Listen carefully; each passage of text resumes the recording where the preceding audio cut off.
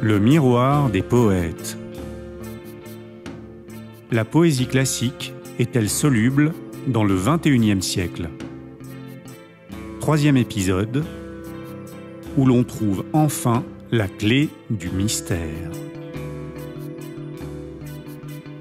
Faire passer des visions avec fluidité et naturel en vers rimés et en alexandrin parfait peut apparaître comme un miracle absolu et exige une maîtrise de la langue française virtuose, puisqu'il faut la soumettre, la plier, la contorsionner à son inspiration, tout en la respectant et en maintenant son intelligibilité. Pour comprendre tout cela, il est nécessaire de trouver et d'utiliser la clé dont nous avons parlé dans l'émission précédente, car cette clé ouvre une seule serrure, celle de l'excellence. Dès lors, on comprend pourquoi elle est dissimulée et ignorée du public aujourd'hui, et pourquoi bien peu de poètes ou d'exégètes actuels sont encore en sa possession. Pourtant, sans elle, il est ardu de lire, comprendre et apprécier la poésie classique, de distinguer sa brillance et l'exploit que représente la création parfaite d'un sonnet ou d'un poème en alexandrin. Sans elle, il est impossible de composer un poème structuré et musical comme ceux que signaient Victor Hugo, Arthur Rimbaud, Paul Verlaine et tous leurs pairs.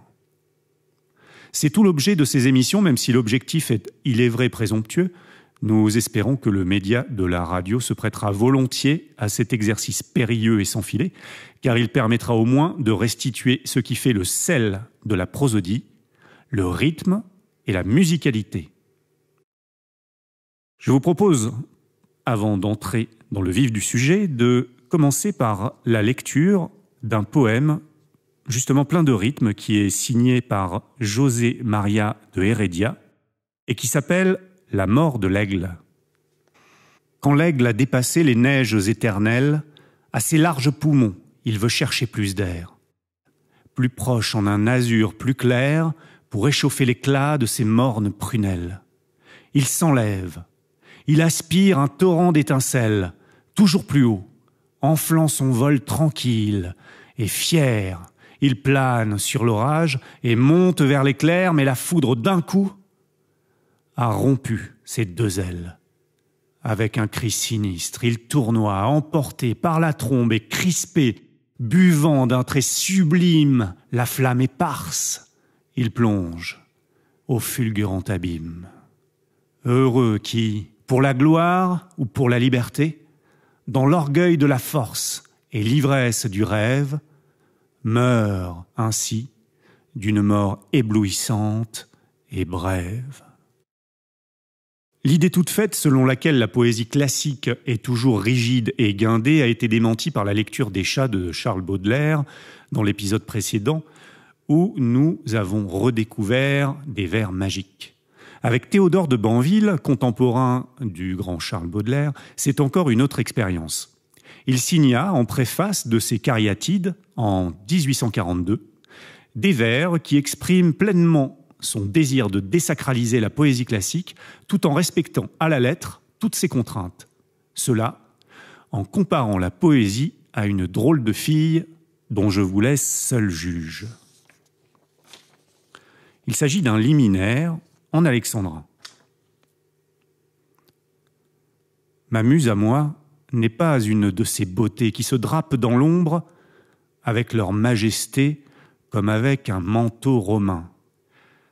C'est une fille, à l'allure hardie, au regard qui pétille, charmeresse indolente, elle sait parfumer ses bras nus de verveine et de rose et fumer la cigarette. Elle a des étreintes lascives, des chastetés d'enfants et des larmes furtives. Avec ces deux textes, on peut aborder un aspect important de la métrique que nous avons défini dans le précédent épisode. La césure. Derrière ce mot mystérieux se cache en réalité ce qui détermine le rythme d'un vers, notamment celui d'un alexandrin, qui est un vers de 12 pieds, ou 12 syllabes pour simplifier, même si un pied n'égale pas toujours une syllabe, en raison de règles comme la diérèse, la diphtongue et l'élision des voyelles. Nous y reviendrons. La césure est comme une coupe dans le vers destinée à marquer une pause, un soupir. Elle coupe notamment l'alexandrin en deux, c'est-à-dire au 6e pied. C'est une manière de rythmer le texte comme un soupir en musique. Par exemple, ce vers « Une ardente lueur de paix et de bonté », si on compte les pieds, « Une ardente lueur », on arrive à 6 pieds. De paix et de bonté, 6 pieds, 6 et 6, 12. On a les 12 pieds, on a un alexandrin. Et en même temps, on ne va pas le dire « Une ardente lueur de paix et de bonté ». Non. On marquera une pause « Une ardente lueur de paix et de bonté ». La césure est soumise à quelques impératifs destinés à préserver la musicalité. Elle ne doit pas être précédée d'un mot se terminant par un « e » prononcé, car toute syllabe de fin comportant un « e » muet est prononcée et comptée. On appelle cela la césure à l'hémistiche, l'hémistiche désignant une moitié de vers dans l'alexandrin, donc 6 pieds, si on a bien suivi. Il y avait une autre manière d'écrire ce vers, c'est-à-dire en inversant. On pouvait écrire « la lueur ardente de paix et de bonté », mais on voit que le « ardente » tombe à la césure, et la césure doit être marquée, c'est un soupir, c'est une pause, donc toujours ce souci de musicalité, vraiment ça sonne trop mal. Si le « e » est suivi d'une voyelle, il faut l'élider, c'est-à-dire que on ne la prononce pas, et c'est alors correct, comme dans ce vers de Banville que nous venons de voir. Charmeresse indolente, elle sait parfumer. Les deux « e » muets des mots charmeresse et indolente sont alors élidés, c'est-à-dire qu'on ne les prononce pas puisqu'ils sont suivis d'une voyelle. Des raffinements entrent ensuite en ligne de compte dans le premier hémistiche avec des mots qui se terminent par un « e » muet qui ne se prononce pas pour éviter une lourdeur, comme vie, partie, absolue, tous ces mots qui se terminent en « e » muet, suivis d'une autre voyelle qui sont acceptés et que l'on peut trouver notamment chez Corneille. On peut trouver ce vers. La puissance absolue est de vie et de mort. Le mot absolu tombe à la césure. On ne prononce pas le E, évidemment. Seulement 2 voyelles qui se suivent dans un vers, cela s'appelle un hiatus. Et ça sonne mal, on les évite le plus souvent, par souci, encore une fois, de sonorité. Par exemple, elle est, qui à l'oral non seulement peut mal se comprendre, mais qui à l'écrit nuit à la musicalité et forme phonétiquement une sorte de mot dénué de sens, sauf à détacher artificiellement les syllabes. Elle est.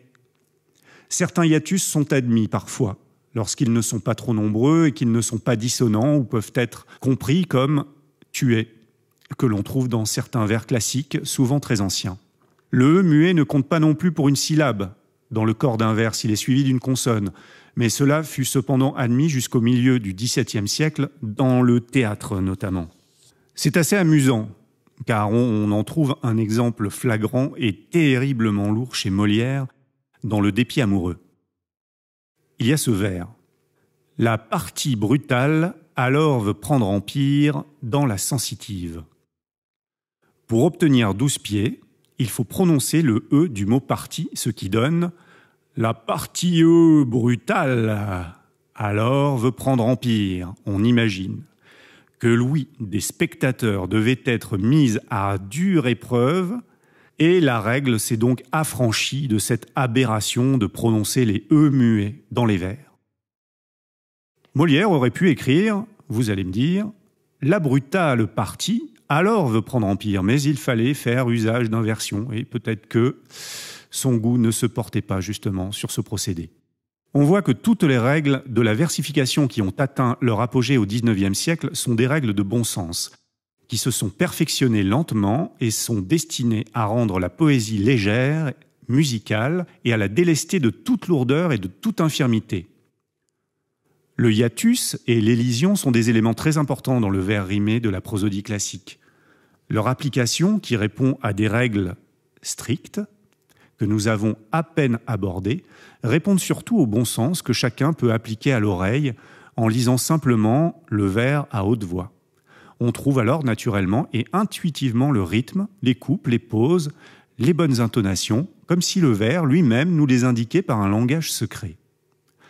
À présent que nous en savons un peu plus sur la construction d'un poème et donc sur la manière de le dire, faites donc l'expérience. Prenez un poème classique en alexandrin que vous appréciez, ou n'importe lequel de Paul Verlaine ou de Charles Baudelaire, et lisez-le plusieurs fois.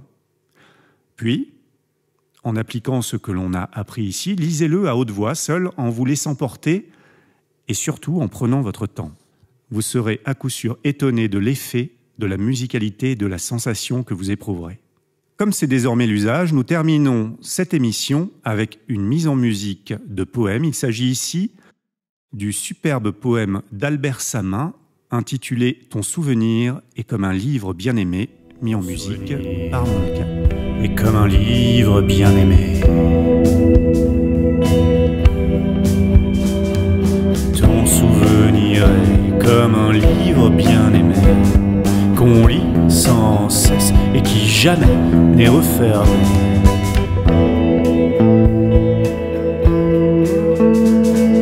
Un livre où l'on vit mieux sa vie et qui vous hante d'un rêve nostalgique où l'âme se tourmente.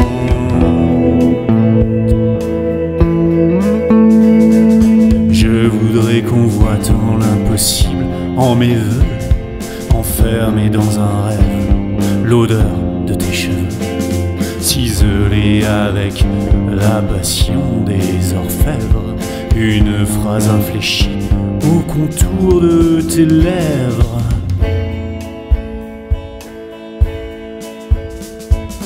Emprisonner ce trouble et ces ondes d'émoi, quand tombant de ton âme, un mot propage en moi. Dire quelle mer chante en vagues d'élégie au golfe de tes seins où je me réfugie.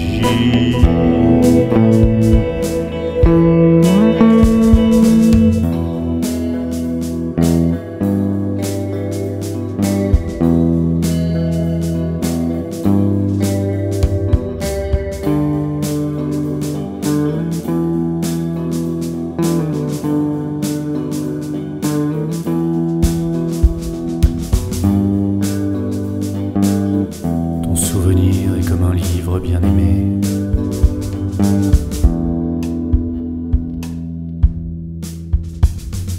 Je voudrais qu'on voie tant l'impossible en mes voeux, enfermé dans un rêve, l'odeur de tes cheveux, ciselée avec la passion des orfèvres, une phrase infléchie au contour de tes lèvres.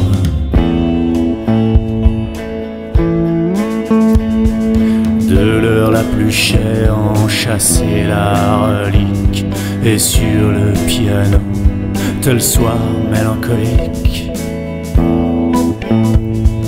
ressusciter l'écho presque religieux d'un ancien baiser attardé sur tes yeux.